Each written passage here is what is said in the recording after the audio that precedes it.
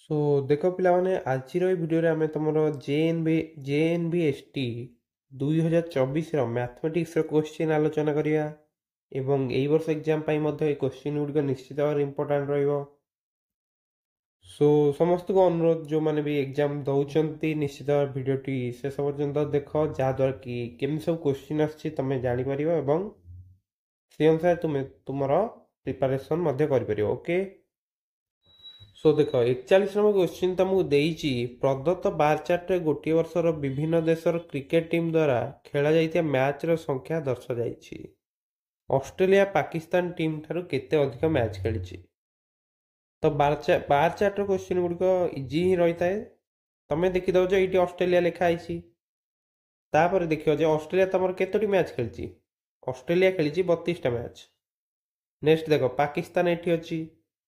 पाकिस्तान सीधार देख केते नंबर अच्छी तुम 24 ताले पाकिस्तान खेली 24टा मैच। तो ऑस्ट्रेलिया तुम पाकिस्तान ठारू केते अधिक मैच खेली तो 32 माइनस 24 कर दियो। तो 32 रु 24 हेले केते होची 8 होची ना। तो ऑप्शन ए होची तुम करेक्ट। बुझी पारलो तो। सो देख 42 तुमको देइछि एओबी कोण बीओसी कोण सीओडी कोण एवं डीओई रो परिमाप यथाक्रमे हेउची।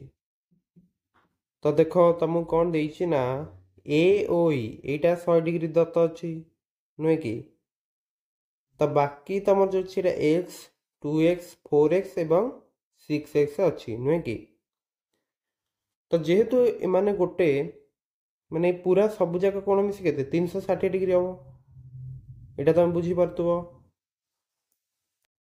सो देखो x degree 2x degree 4x 6x एवं 100 डिग्री ये जो 100 डिग्रीटा ये सब जाक मिसी केते हम ना 360 डिग्री रहिबो।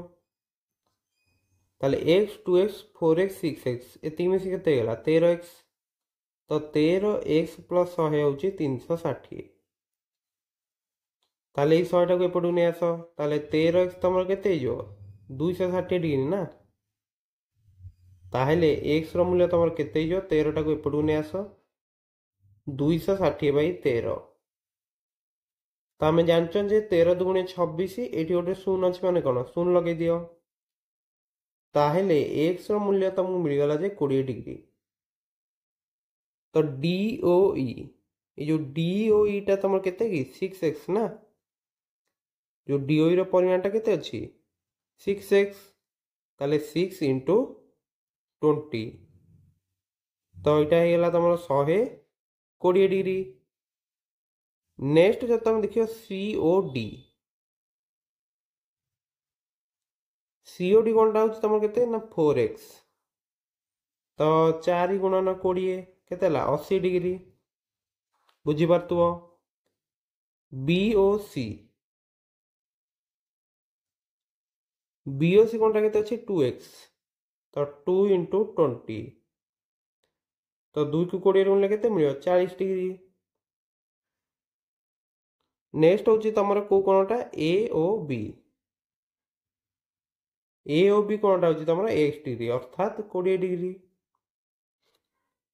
तो देखो को ऑप्शन टा ठीक अछि 120 80 40 20 तो ऑप्शन ए होची करेक्ट।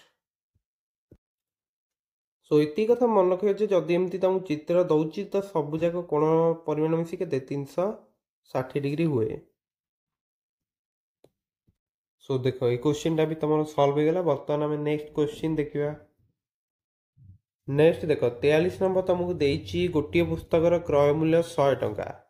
जड़े दोकानी 3टी पुस्तक को 275 टंकार बिकिले तांकर लाभ बा क्षति केते हबो।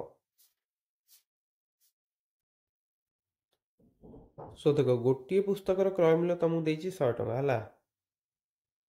जदि गोटे पुस्तकर क्रय मूल्य 100 टंका 3टा पुस्तकर केते हबो 300 टंका हबो। सो देखो 3टी पुस्तकर क्रय मूल्य ताले केते 3 गुणन 100 300 टंका। किंतु से 3टी जाक पुस्तक को 275 टंकार बिकुचंती। तो जेहेतु 275 टंकार बिका जाउची ताहेले देखो जेतेबेले तुम विक्रय मूल्यटा क्रय मूल्य सान रहिबो। जदि तुम विक्रय मूल्यटा क्रय मूल्य सान रोची ताहेले कौन हो क्षति हम ना क्षति हम।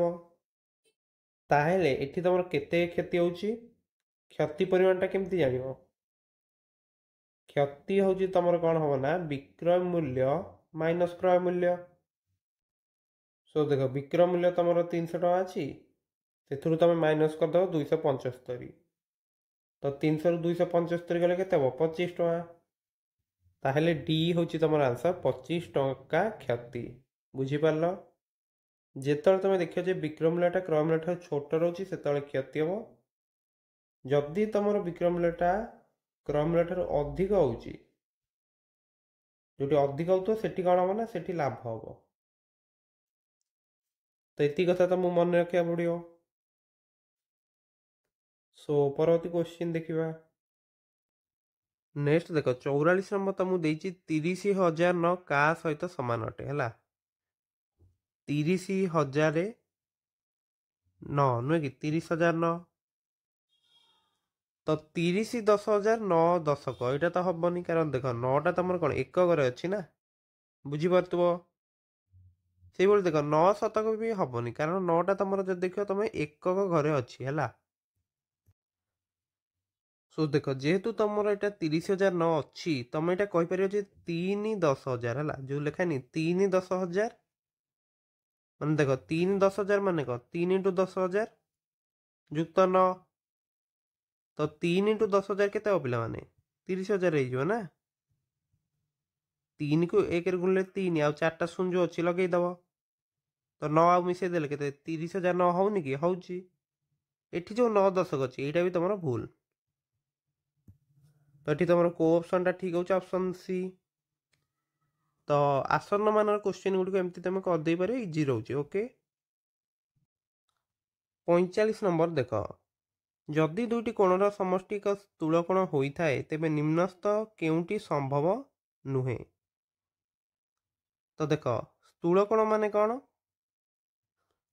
स्थूल कोण हूँ से कोण जहाँकि तुम 90 डिग्री ठार अधिक होता है तो जदि गोटे कोण समकोण आ गोटे सूक्ष्म कोण ताले स्थूल कोण हो पार मिसिक दुईटा जाक कारण गोटे कोण जदि 90 डिग्री हो निश्चित भाव आ गोटे सूक्ष्म कोण मान कौन 10 हो पारे तुम 20 हो पारे तो जदि गोटे कोण सूक्ष्म कोण हो जाऊँगी दीटा जाक समष्टि निश्चित भाव 90 डिग्री ठार अधिक हो बुझीगला ताहले एटा तुम एटा आंसर हो पार सॉरी एटा तुम संभव हो पार एटा ठीक अच्छे जदि गोटे कोण स्थूल कोण आ गोटे कोण सूक्ष्म कोण यहाँ भी हो पार कारण स्थूल कोण मान कौन 90 डिग्री ठार अधिक हो सूक्ष्म कोण मान कौन 90 डिग्री ठार छोट हो किंतु जदि दीटा जगार समष्टि नब मनकर गोटे हूँ 100 डिग्री आ गोटे हूँ मनकर 70 डिग्री तो दीटा जाक मिसी के 170 हो ना जहाँ ने भी सी अधिक ही हो बुझीपार तु यहाँ तो ये दीटा तुम मिसिकी स्थूल कोण हो पार नेक्स्ट देख दुईटी सूक्ष्म कोण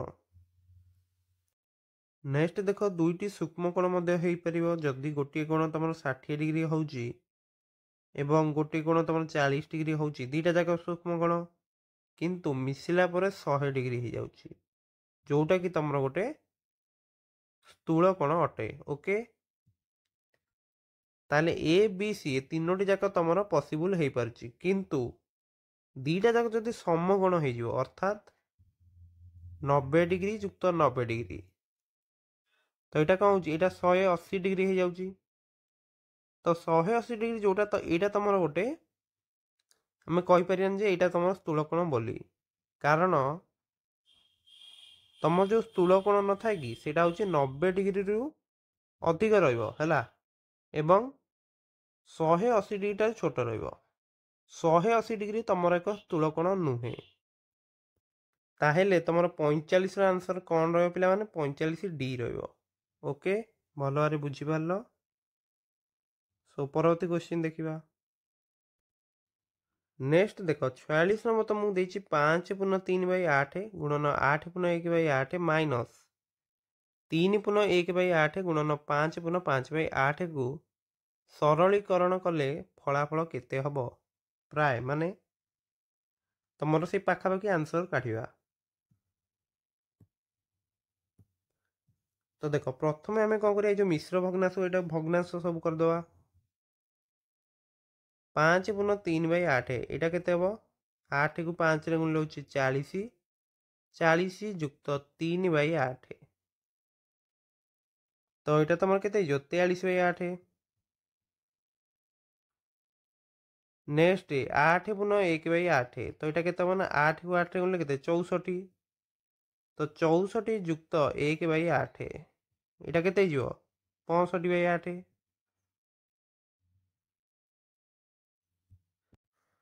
नेक्स्ट देखो 3 पूर्ण 1/8 आम केमती लिखिपर ना देख 3 को 8 गुणले होची 24 24 रे 1 मिसले होची 25 तो 25/8 नेक्स्ट तुम अच्छी 5 पूर्ण 5/8 एटा तुम केते हिजो 8 को 5 गुणले 40 5 केते 45 तो 45/8 तो बर्तमान एगुड़िक सब लिखिदवा है 43/8 गुणन 65/8 माइनस ये तुम अच्छी 25/8 गुणन 45/8 एति जाए बुझी जाइतिबो। सो देख बर्तमान आम कौन करिया ना एटा तुम 43 गुणन 65 हो 43 गुणन 65/8 माइनस ये तुम दुटा गुणा ले केते 25 गुणन 45 तले होची 8 तो फास्ट आम कौन करिया ना 43 को 65 रे गुणी दवा से तुम 25 गुणन 45 माइनस करिया तो देख 65 को 43 गुणले केते मिलुची 3 5 15 5 रखला 1 3 को 6 रे गुणले 18 के 19 4 5 20 शून्य रखनेला 2 4 4 को 6 रे गुणले 24 2 26 ताली केते ला तुम 5 9 7 2 नुहे कि 2795 25 को 45 गुणले केते मिलिबो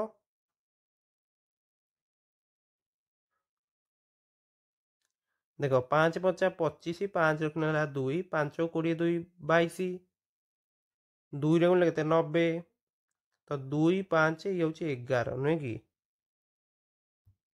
सो देख टिके मिस्टेक जाइतिला हमर ए जो गुणन 8 गुणन 8 हबो ना तळे भी 8 गुणन 8 हबो ताहेले एठी तमर केते हो पिला माने तमर 8 गुणन 8 हे जो 64 एठी मध्ये हे जो 64 तो 2795 माइनस 1125 तळे होची 64 एति जाय बुझी पारितिबो तो 2795 रु 1125 गले केते होची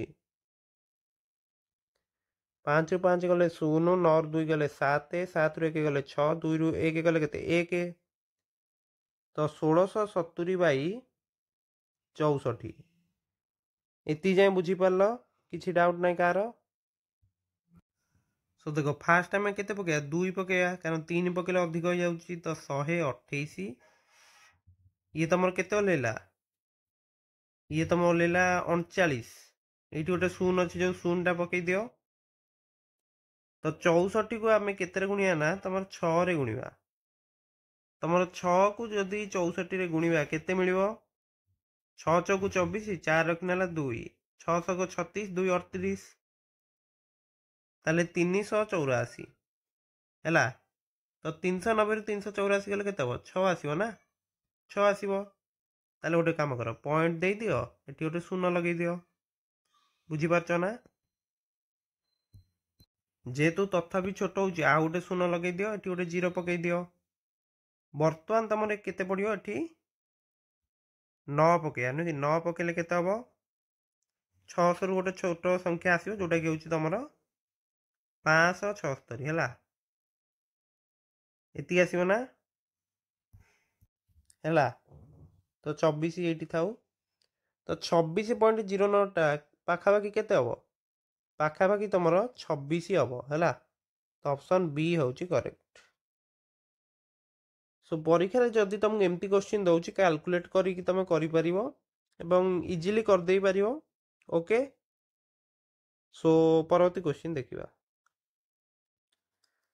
नेक्स्ट देखो 47 तुमको देइची सुमित्र ओजन 107 किलोग्राम संजयर ओजन 82 किलोग्राम ସେମାନଙ୍କର ଓଜନର ପାର୍ଥକ୍ୟ କେତେ ହେବ ଯଦି ପ୍ରତ୍ୟେକଙ୍କର ଓଜନକୁ ନିକଟତମ ଦଶକ ଭାବରେ ଗ୍ରହଣ କରାଯାଏ।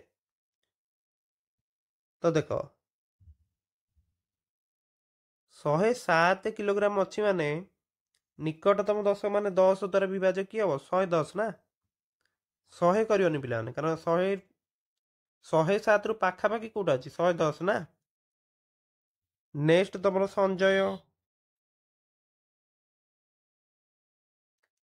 ସଞ୍ଜୟର ଓଜନ ଅଛି 82 କେଜି ହେଲା। 82 ର ପାଖାପାଖି କେତେ ହବ 80 ହବ ନା। ତ 110 ରୁ 80 ଗଲେ କେତେ ହଉଛି 30 କେଜି। ତାହେଲେ ଏ ହଉଛି ଆନ୍ସର। ତ ପୁରା ଇଜି କ୍ୱେଶ୍ଚିନ୍ ଅଛି, ଆରାମସେ ବୁଝିଥିବ।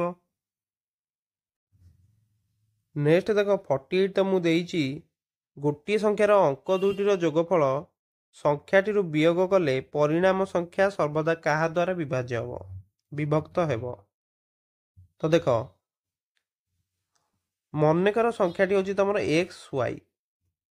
XY ମାନେ କ'ଣ, ଏହାର ଯୋଉ ମାନେ ପରିମାଣଟା କେତେ ହବ 10x ପ୍ଲସ୍ y ନା। ଯଦି ତମର ସଂଖ୍ୟାଟା 45 ଅଛି ତାକୁ ଆମେ ଲେଖିପାରିବାନି କି 10 × 4 + 5, କାରଣ ଏଇଟା ତମ ଦଶକ ସ୍ଥାନ ନା, ତ ସେଇ ଯୋଗୁଁ ଆମେ 10 ଗୁଣିଲେ ହେଲା। ତ ଏଇଥିରୁ ତମର କେତେ ମାଇନସ୍ କରିବା ନା ଅଙ୍କ ଦୁଇଟିର ଯୋଗଫଳ।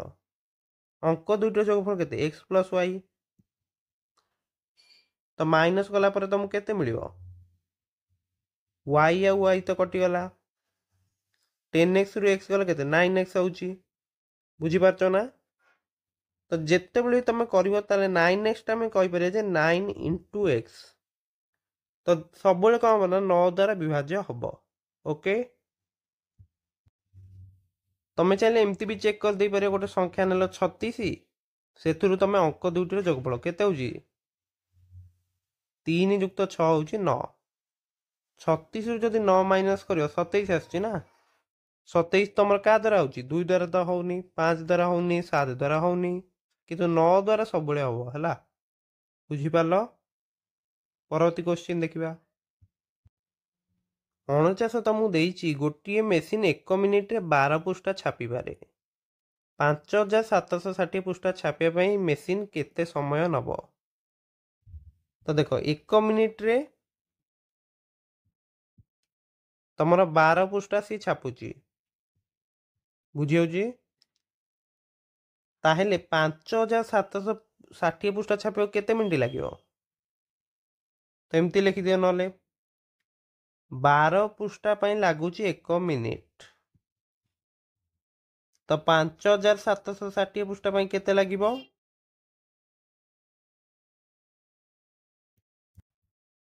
ତ ଦେଖ 5760 ପୃଷ୍ଠା ଛାପିବାକୁ ତାହେଲେ କେତେ ମିନିଟ୍ ଲାଗିବ। ତମର 5760 ହରଣ 12 ନୁହେଁ କି। ସୋ ଇଏ ତମର କେତେ ହେଲା 12 × 4 = 48, 9 96, ତ 96 ହେଲେ କେତେ ହବ 8। ତାପରେ ଆଉ ଗୋଟେ ଶୂନ ଲଗେଇଦିଅ ହେଲା। ତ 480 ମିନିଟ୍। ତ ତମକୁ କିନ୍ତୁ ସେ ଘଣ୍ଟାରେ ସବୁ ଆନ୍ସର ଦେଇଛି। ତ ଏଇ ଯୋଉ 480 ମିନିଟ୍ଟା କେତେ ଘଣ୍ଟା ହବ। ତମର 480କୁ ତମେ 60ରେ ହରିଦିଅ, ତ 0 ଆଉ 0 କଟିଲା, 48/6 ହେଉଛି ତମର 8 ଘଣ୍ଟା ହେଲା। ତ ଅପସନ୍ ବି ହେଉଛି ତମର କରେକ୍ଟ। ତ ପୁରା ଇଜି କ୍ୱେଶ୍ଚିନ୍ ଥିଲା, ବୁଝି ଯାଇଥିବ। ନେକ୍ସଟ ଦେଖ 85 ନମ୍ବର ତ ମୁଁ ଦେଇଛି 30 କିଲୋଗ୍ରାମ ମିଠାଇକୁ ପ୍ରତ୍ୟେକ ଡବାରେ 2/3 କିଲୋଗ୍ରାମ ହିସାବରେ ରଖିଲେ କେତୋଟି ଡବା ଆବଶ୍ୟକ ହେବ ହେଲା। ତ ଦେଖ 30 କିଲୋଗ୍ରାମ ମିଠାଇ ଅଛି, ପ୍ରତ୍ୟେକ ଡବାରେ 2/3 କିଲୋଗ୍ରାମ ରହିବ। ତ ଏଇଟା ଜଷ୍ଟ ହରଣ କରିଦେଲେ ମିଳିଯିବ ନୁହେଁ କି। ତାହେଲେ 30 ହରଣ 2/3, ହରଣ ମାନେ କ'ଣ ଓଲଟେଇକି ଗୁଣିବ। ତାହେଲେ 30 ଗୁଣନ 3, ତଳେ ହେଉଛି ତମର 2। ନେକ୍ସଟ କ'ଣ କରିବ, ଏଇ 2ଟାକୁ ତମେ 30ରେ କାଟିଦେଲ, ତାହେଲେ କେତେ ହବ 15। ପୁନଶ୍ଚ 15କୁ 3 ଗୁଣିଲେ କେତେ ହବ 45। ତାହେଲେ ଅପସନ୍ ଡି ହେଉଛି ତମର କରେକ୍ଟ, ବୁଝିହେଲା। सो देख परीक्षा तुम ये सिंपल क्वेश्चन को तुम फास्ट करदेव जहाद्वारा कि तुम कॉन्फिडेंस बढ़ और अलग सब क्वेश्चन करने तुमको टाइम मिल। नेक्स्ट देख पिला 51 जदि ए बाई बी गोटे भग्नांश होता है जो थे कि a equal to b minus 3 एवं a plus 10 by b equal to a plus 10 by b minus a by b 10 by 7 तेबे ए बाई बी केते। सो देख तुमको ये जो देची a plus 10 by b minus a by b देची ताले देख तले बी लसाऊ पड़ा तो ऊपर केते हम ए प्लस 10 अच्छी ये गोटे ए अच्छी तो ए माइनस कर तो ए आउ ए कैंसल यहाँ आसगला 10 बाई बी बुझी हो तो यहाँ इक्वल टू तुम देख तुमको 10 बाई 7 देची है ताहले देख ऊपर तो 10 आउ 10 अच्छी तो सामान अच्छी ताले तल भी से अनुसार सामान रहिबो ना माने हरटा भी सामान रहिबो तो ये आम कंपारिजन करी पाइगले जे बी इक्वाल टू 7 ओके पुनश्च ए इक्वाल टू कौन बी माइनस 3 ना ए इक्वाल टू के बी माइनस 3 ताले बी जगह 7 पकई दियो 7 रु 3 गल के 4 हम ना ताले a by b equal to a by b हूँ तुम 4 बाई 7 बुझीपार तो ताले ऑप्शन सी हूँ करेक्ट ओके पूरा क्लियर। नेक्स्ट देख 52 जदि गोटे आयतकार क्षेत्र क्षेत्रफल 616 वर्गमीटर यार प्रस्थ 22 मीटर हुए तेबे यही क्षेत्र चारिपटे बाड़ बुलाइवाई प्रति मीटर को 7 टଙ୍କା 50 हिसाब से केते खर्च हम तो देख क्षेत्रफल तुमको केते दे देची 616 नुहे कि एवं प्रस्थ तुमको देची 22 मीटर तो प्रस्थ जदि 22 अच्छी ताले दैर्घ्य केते हो तमें जानच जे गोटे आयतक्षेत्र क्षेत्रफल हूँ दैर्घ्य गुणन प्रस्थ है ताहेले दैर्घ्य तुम कौन क्षेत्रफल बै प्रस्थ तो 616 बै 22 एतिक हम बुझी हो ना ताहेले तुम केते होची देख 22 दुगुणे 44 17 6 176 8 है हरण कर देखियो 28 होची सो यही जो आयतक्षेत्र तुम रही ताहार दैर्घ्य हूँ 28 प्रस्थ हूँ तुम 22 बुझीपार कथाटी दैर्घ्य हूँ 28 प्रस्थ 22 ताहेले यही जो आयतक्षेत्र अच्छी ता चारिपटे बाड़ बुलाइवा अर्थात हूँ तार परिसीमार सूत्र कौन पिला ना 2 गुणन दैर्घ्य युक्त प्रस्थ है ताले केते हम 2 गुणन 28 युक्त 22 तो 2 गुणन 50 जोटा कि तुम 100 मीटर बुझीपार ना 100 मीटर तो प्रति मीटर को 7 टଙ୍କା 50 हिसाब से मोट केते खर्च हम सो देख 1 मीटर पर जदि 7 टଙ୍କା 50 पैसा खर्च होची ताले 100 मीटर पर केते हम 7 टଙ୍କା 50 गुणन 100 तो जेहेतु आम 100 गुणुचंती ये जो दशमी पर दीटा संख्या अच्छी दीटा आगे पड़ेगा नुहे कि एक पर भी दीटा शून्य अच्छी ना तो 750 टंका तो ऑप्शन डी हूँ तुम करेक्ट बुझीपार सो यहीटा सब मन रख सो यहाँ सब मन रख जदि तुम बाड़ बुलाइवा कथा तुमको पचार सब तार परिसीमा नब ओके सो परवर्ती क्वेश्चन देखा सो ये तुमको देती जदि गोटे वर्गक्षेत्र प्रत्येक भुज तार 1/3 हुए तेज वर्गक्षेत्र क्षेत्रफल केते कमी हेब तो क्वेश्चन टा पूरा ठीक से लिखा है गोटे वर्गचित्र अच्छी जार बाहु मनकर नहीं जाऊँगी एक्स है मनकर एक्स नौ एवं तुम आउ गोटे वर्गक्षेत्र मुझे जार कि बाहु तुम रोचे 1/3 अर्थात एक्स बै 3 हो जाऊँगी है सो देख प्रथम जो वर्गचित्रटी अच्छी तार क्षेत्रफल केते यार क्षेत्रफल हो एक्स इंटू एक्स अर्थात एक्स स्क्वायर एवं ये जो द्वितीय वर्गचित्र तुम अच्छी यार क्षेत्रफल केते हम x/3 इंटू x/3 ताल देखो ऊपर गुणीदेव तले मध्य से अनुसार गुणिब देखो x इंटू x तले हूँ 3 इंटू 3 ताहले एटा केते जो x²/9 बुझीपारच ना ताहले एटा केते हो यार ये जो वर्गक्षेत्र थिला तार हूँ x² एथेर जदि तमे केते गुणिले एटा मिलुची ना 1/9 बुझी होउची ताहले क्षेत्रफलटा केते अंश रहबो ना 1/9 1/9 अंश ना बुझी पारलो 53 ର आंसर कौन रहबो ऑप्शन डी। नेक्स्ट देखो 54 31/7/16 को दशमिक रे प्रकाश कले केते हबो तो तुमको देइछि जे 31/7/16 ताले कौन करिवो ए जो 16 टा फास्ट 31 रे गुणी दियो केते हबो 31 गुणन 16 जुक्त 7 तळे होउछि 16 तो फास्ट गोटे काम कर 31 को 16 रे गुणी दियो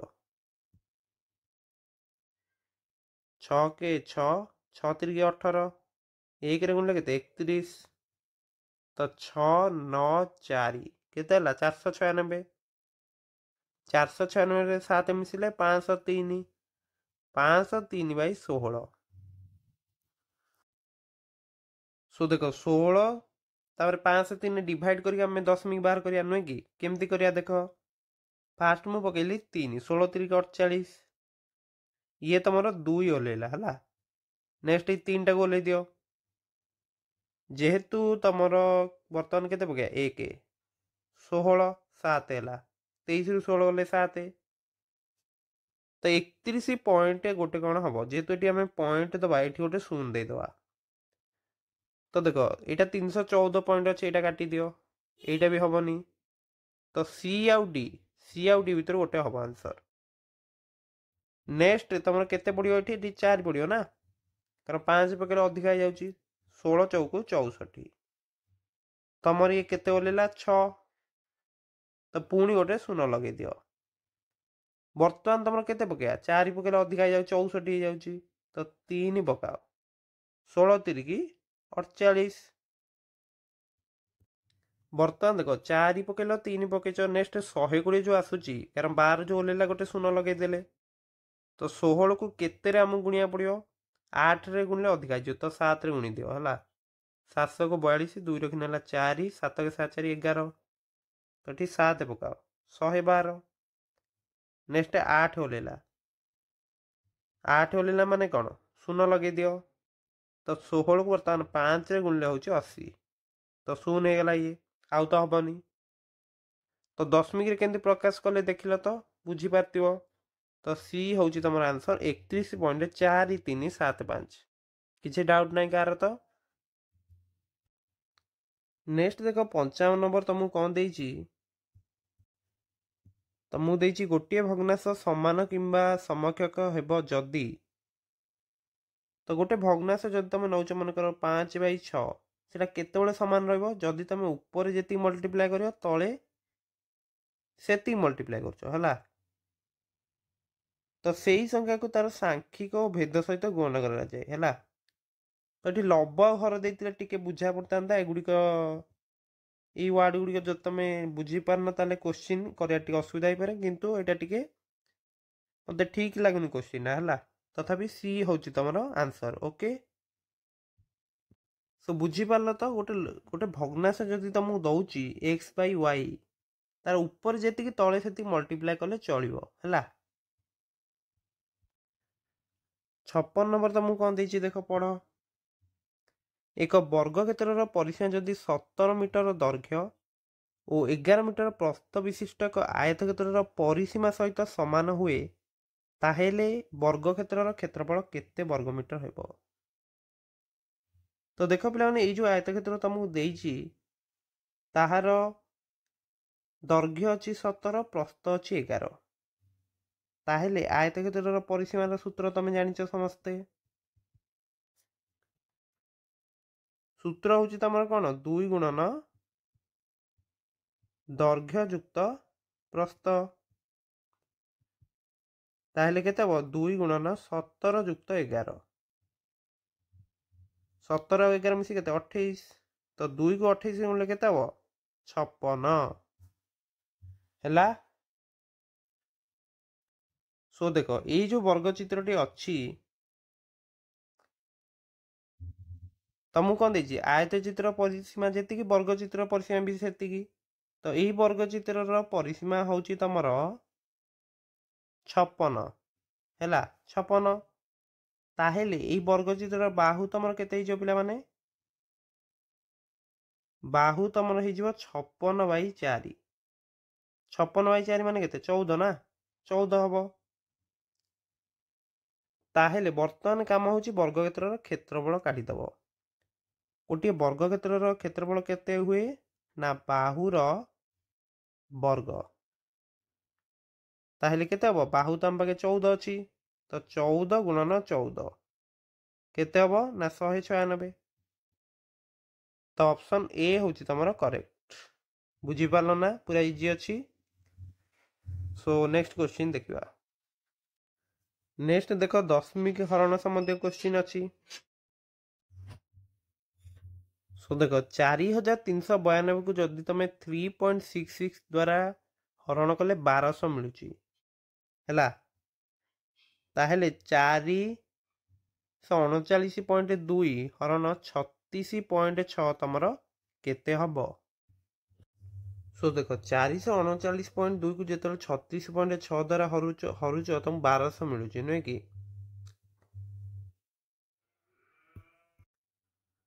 तो ये तुम केते अच्छी ना 3.66 अच्छी नुहे कि। तो ये देख तुमको 100 गुणी की तापर कौन होची ना सो टिके मु भूल लिखि देथिलि देखो भलसे आउ लिखुची 4392 हरण 3.66 होची तमरो 1200 नुहे कि। तो ये निश्चित भाव तुम बुझीपार जे 100 जदि याको गुणिबो तमरो 366 मिलियो नुहे कि। बुझीपार कारण 100 गुणिबो माने कौन 3.66 को 100 गुणिया अर्थ दीटा अंक आगू पड़ेबो तो 366। तो 366 को 12 रे गुणले तुमको मिलुची 4392 बुझीपार। ताहेले जदि एटा को 36.6 कर दउच एवं एपटे एटा को 4300 सॉरी 439.2 कर दउच तो सही 12 ही रहइबो ना। कारण देखो दशमी पर गोटे संख्या थिला दशमी पर गोटे संख्या रहिला एवं 366 को 12 गुणले एति मिलुची। तार जेहेतु दशमी संख्या उभय पटे समान अच्छी माने गोटे एठी भी गोटे अंक अच्छी एठी भी गोटे अंक अच्छी ताले आंसर रहइबो 12 बुझी पारला तो किसी डाउट नहीं ओके। तो देखो फास्ट मु तुमको कौन बुझेइल ना देखो 3.66 को तुम 100 रे गुणले एति मिलुची ताहेले 366 को 12 गुणले तुमर होची 4392 ताहेले 36.6 को 12 रे गुणले एति मिलिबो ना। तो एठी भी दशमी पर गोटे अंक थिला एपटे भी गोटे अंक अछि ताले 57 आंसर कौन रहइबो ए रहइबो आंसर ओके। नेक्स्ट 58 तुमको देइछि गोटे वस्तु 2540 टका बिकिले हेउतुआ लाभ सेई वस्तु को 1850 टका बिकिले हेउतुआ क्षति सह समान तेबे वस्तुटीर किना मूल्य केते। तो देखो बुझ कथाटी 2540 टका बिकिले जेतिक टका लाभ होउछि यार अर्थात सो देखो मनकर वस्तुर आम एमती नवा जे वस्तुटीर किना मूल्य होउछि तमर x हैला किना मूल्य तुम केते नहीं गला x। तो 2540 टका बिकिले जेति लाभ होउछि नुहे कि ताले 2540 माइनस x बुझीला एवं तमर 1850 टका बिकिले जेति क्षति होउछि यार अर्थ x माइनस 1850 कारण ये जो x टा कौन हम ना 1850 टारू बड़ हम कारण क्षति होउछि ना। क्षति माने कौन क्रय मूल्यटा अधिका लाभ माने कौन क्रय मूल्यटा विक्रय मूल्य ठारू कम ताले प्रश्न अनुसार या हम तो 1850 टाको एपटू नहीं आस तो 2540 माइनस 1850 इक्वाल टू केते हबो माइनस x टा एपटू नहीं आस ताले x प्लस x माइनस गले तुमको केते मिलियो कि ତମର 2540 1850 ମାଇନସ୍ କରିଦିଅ। 0 0 ଗଲେ 0, ଏଠି 1 ନେଇ ଆସିଲେ କେତେ 14 ରୁ 5 ଗଲେ 9, 24 ରୁ 18 ଗଲେ 6, ତ 690 ଇକ୍ୱାଲ୍ ଟୁ ହେଉଛି 2x। ସୋ ଦେଖ ଏଇଥିରୁ ଆମକୁ x ମିଳିଯିବ ଯେ 690/2, କେତେ ହେବ ଏଇଟା 345। ତ ପିଲାମାନେ ଏଇଟା ହେଉଛି ତମର କ'ଣ ନା ଲାଭର ପରିମାଣ କିମ୍ବା କ୍ଷତିର ପରିମାଣଟା ହେଉଛି x ହେଲା, କିଣା ମୂଲ୍ୟ ନୁହେଁ, ଲାଭର ପରିମାଣ କିମ୍ବା କ୍ଷତିର ପରିମାଣ। ତାହେଲେ ତମର ଯେତେବେଳେ 1850 ଟଙ୍କାରେ ତମେ ବିକିଛ, x ଟଙ୍କା କ୍ଷତି ହେଇଛି ହେଲା। ତ କ୍ଷତି ହେଇଛି ମାନେ କ'ଣ ଅର୍ଥ ରହିବ ୟାର? ତମର କ୍ରୟ ମୂଲ୍ୟ ତାହେଲେ କେତେ ହବ ନା ବିକ୍ରୟ ମୂଲ୍ୟ ଯୁକ୍ତ x। ବିକ୍ରୟ ମୂଲ୍ୟ ତମର କେତେ ଅଛି 1850, ତ 1850 ଯୁକ୍ତ x କେତେ ହବ 1850 ଯୁକ୍ତ 345। ତ ଏଇଟା କେତେ ହେଇଯିବ ପିଲାମାନେ ତମର ହେଇଯିବ 2195 ହେଲା। ଅପସନ୍ ବି ହେଉଛି କରେକ୍ଟ। ପୁରା ଭଲ ଭାବରେ ବୁଝିପାରିଲ। ସୋ ପ୍ରଥମ ମୁଁ ଯେଉଁ ତମର କିଣା ମୂଲ୍ୟ କହିଥିଲି x ଆମେ ଯେଉଁ ନେଲେ ଏଇଟା ହେଉଛି ତମର କ୍ଷତିର ପରିମାଣ ଏବଂ ଲାଭର ପରିମାଣ। ଯେତେବେଳେ ତମେ 2540ରେ ବିକିଲ ତମର x ଟଙ୍କା ଲାଭ ହେଉଥିଲା, କିନ୍ତୁ ଯେତେବେଳେ 1850ରେ ବିକିଲ x ଟଙ୍କା କ୍ଷତି ହେଉଛି। ତାହେଲେ ପ୍ରଶ୍ନ ଅନୁସାରେ କ'ଣ ଲେଖିପାରିବ ଯେ 2540 minus x equal to x minus 1850 ଲେଖିହେବ। ତ ଏଇଟାକୁ ସଲ୍ଭ କଲା ପରେ ଆମକୁ ମିଳିଲା ଯେ x ହେଉଛି 345। ତାହେଲେ ଯେତେବେଳେ ଦେଖ 1850ରେ ବିକିଛ x ଟଙ୍କା କ୍ଷତି ହେଇଛି, ତାହେଲେ କ୍ରୟ ମୂଲ୍ୟଟା କେତେ ହେଇଯିବ ବିକ୍ରୟ ମୂଲ୍ୟ ଯୁକ୍ତ x ନା, ବୁଝିପାରୁଥିବ। ତାହେଲେ କେତେ ଆସିଲା 2195। ଓକେ, 59 ନମ୍ବର ତ ମୁଁ ଦେଇଛି କ'ଣ ଦେଖ, 960କୁ ନେଇ ଗଠିତ 3 ଅଙ୍କ ବିଶିଷ୍ଟ ବୃହତ୍ତମ ଓ ନିମ୍ନତମ ସଂଖ୍ୟା ଦୁଇଟିର ଗୁଣଫଳ କେତେ ହେବ? ତ ଦେଖ 960କୁ ନେଇକି ତମ ଯେଉଁ ବୃହତ୍ତମ ସଂଖ୍ୟାଟା ହେବ ସେଇଟା ତମର କେତେ ହେବ? ଯେହେତୁ ବୃହତ୍ତମ ସଂଖ୍ୟା ସବୁଠୁ ବଡ଼ ଅଙ୍କଟା ଆମେ ବାମ ପାର୍ଶ୍ୱରେ ରଖିବା, ତ 9 ତାପରେ 6 ତାପରେ 0, এইটা ହେଉଛି ସବୁଠାରୁ ବୃହତ୍ତମ ସଂଖ୍ୟା। ସେଇଭଳି ସବୁଠାରୁ ଛୋଟ ସଂଖ୍ୟାଟା ତମର କି ହେବ ନିମ୍ନତମ ସଂଖ୍ୟାଟା, ସେଇଟା ହେଉଛି ତମର। ସୋ ଦେଖ ବୃହତ୍ତମ ସଂଖ୍ୟାଟା ତମର କେତେ ହେବ 960, ନିମ୍ନତମ ସଂଖ୍ୟାଟା କେତେ ହେବ ନା 609 ହେଲା। କାରଣ ବାମ ପାର୍ଶ୍ୱରେ ଆମେ 6 ହିଁ ନେଇପାରିବା, ତାଠୁ ତ ଆଉ କମ୍ ନେଇପାରିବାନି। ତ ଏଇ ଦୁଇଟା ସଂଖ୍ୟାର ଗୁଣଫଳ ତମର କେତେ ହେବ ନା ପିଲାମାନେ? ସୋ ଦେଖ 960 ଗୁଣନ 609 ଅଛି, ତାହେଲେ ତମର 609କୁ ଆମେ 96 ଦ୍ୱାରା ଫାଷ୍ଟ ଗୁଣିବା। ତ 6କୁ 9ରେ ଗୁଣିଲେ କେତେ 4 ଆସୁଛି ନା, 4 ରଖି 5 ନେଲା, 6 0 0 5, 6 6 36। ତାପରେ ଦେଖ 9 9 81। ତ ଗୋଟେ କଥା ଲକ୍ଷ୍ୟ କର, ଯେଉଁ ସଂଖ୍ୟାଟି ଆସିବ ତାର ଫାଷ୍ଟ କ'ଣ 4 ଥିବ ନା, ତ ଏଇଟା ଆମେ କରୁଛନ୍ତି 609କୁ 96ରେ ଗୁଣୁଛନ୍ତି, କିନ୍ତୁ ଆକ୍ଚୁଆଲି 0 ମାନେ 960 ଦ୍ୱାରା ଗୁଣା ହେବ ହେଲା। ତାହେଲେ ଯେଉଁ ସଂଖ୍ୟାଟା ଆସିବ ଏଇପଟ ସାଇଡ଼ରେ କିଛି ଥିବ 4 ରହିଲା, ତାପରେ ଗୋଟେ 0 ରହିବ। ତାହେଲେ ଦେଖ ତ ପୁରା ଗୁଣନଟା କରିଦେବା, ନହେଲେ 9 9 81, 1 ରଖିନେଲେ 8, 9 0 0 8, 9 6 54। ତ ଇଏ କେତେ ହେଲା 6 6 8 14, 4 ରଖିନେଲା 1, 3 4 7 8 5। ତ ତମର ଆସିଲା ଇଏ 58,464। ଯେହେତୁ ଆମେ 960ରେ ଗୁଣୁଥିଲେ ତ 0 ବି ଗୋଟେ ଲଗେଇଦେବା ହେଲା। ତ କେତେ ହେଉଛି ସି ହେଉଛି ଆନ୍ସର। ତ ବୁଝିପାରିଲ। ତ 960କୁ ନେଇକି ବୃହତ୍ତମ ସଂଖ୍ୟା କିଏ ହେବ 960 ନା, ଛୋଟ ସଂଖ୍ୟାଟା ସବୁଠୁ 609 ହେବ। ତ ଦୁଇଟା ତାକୁ ଗୁଣିଦେଲେ ତମକୁ ମିଳିଯିବ ଅପସନ୍ ସି। ଓକେ, କିମ୍ବା ଫାଷ୍ଟ ମୁଁ ଯେମିତି କହିଲି ତମେ 4 0 ଦେଖିବି ବି ଆଉ ଡି କାଟିଦେବ, ଆଉ ତାପରେ ଲକ୍ଷ୍ୟ କରିବ ଯେ ଏଇଟା ଟିକେ ଛୋଟ ହେଇଯାଉଛି ନୁହେଁ କି, ତ ସି ହିଁ ଆନ୍ସର। ओके 60 नंबर देख तुमको कौन देछि जदि आम 1 ରୁ 100 पर्यंत संख्या लिखिबा तेबे 9 ସେଥିରେ କେତେ ଥର ଆସିବ ତ ମନେ ରଖ ଯେ 1 ତମର ସର୍ବାଧିକ ଥର ଆସିବ ସେଟା ହେଉଛି 21 ଥର ବାକି ତମର ଯୋଉ 9 ହେଲା 8 ହେଲା 7 ଏଗୁଡ଼ିକ ତମର 20 ଥର ଲେଖେ ଆସିବ ହେଲା ତ B ହେଉଛି କରେକ୍ଟ ବୁଝିପାରିଲ ତ ସो ଦେଖ 1 ରୁ 100 ପର୍ଯ୍ୟନ୍ତ ଯଦି ତମେ ଦେଖିବ ସବୁଠୁ ଅଧିକ ଥର କିଏ ଆସିଥାଏ ସେଟା ହେଉଛି 1 21 ଥର ନହେଲେ ବାକି ସଂଖ୍ୟା ଗୁଡ଼ିକ ଯଦି ଦେଖିବ 2 3 4 5 ଏଗୁଡ଼ିକ ତମର 20 ଥର ଲେଖେ ଆସିଥାଏ ଓକେ ତ ଯେହେତୁ ତମେ ପଚାରିଛି ଯେ 9 କେତେ ଥର ତ ଏଟା B ରହିବ ଆନ୍ସର सो ଏଇଭଳି ଭାବରେ ଆମେ ମ୍ୟାଥମେଟିକ୍ସ ଏବଂ ତମର ମାନସିକ ଦକ୍ଷତାର କ୍ୱେଶ୍ଚିନ୍ ମଧ୍ୟ ନେକ୍ସଟ ଭିଡ଼ିଓରେ ଦେଖିବା ସୋ ସମସ୍ତେ ନିଶ୍ଚିତ ଭାବରେ ଚ୍ୟାନେଲକୁ ସବସ୍କ୍ରାଇବ୍ କରିଦିଅ ଏବଂ ଟେଲିଗ୍ରାମ ଚ୍ୟାନେଲରେ ଜଏନ୍ ହେବାକୁ ଭୁଲିବ ନାହିଁ ତୁମକୁ ଡେସ୍କ୍ରିପସନରେ ଲିଙ୍କ ମିଳିଯିବ ତ ସମସ୍ତଙ୍କୁ ପରୀକ୍ଷା ପାଇଁ best of luck thank you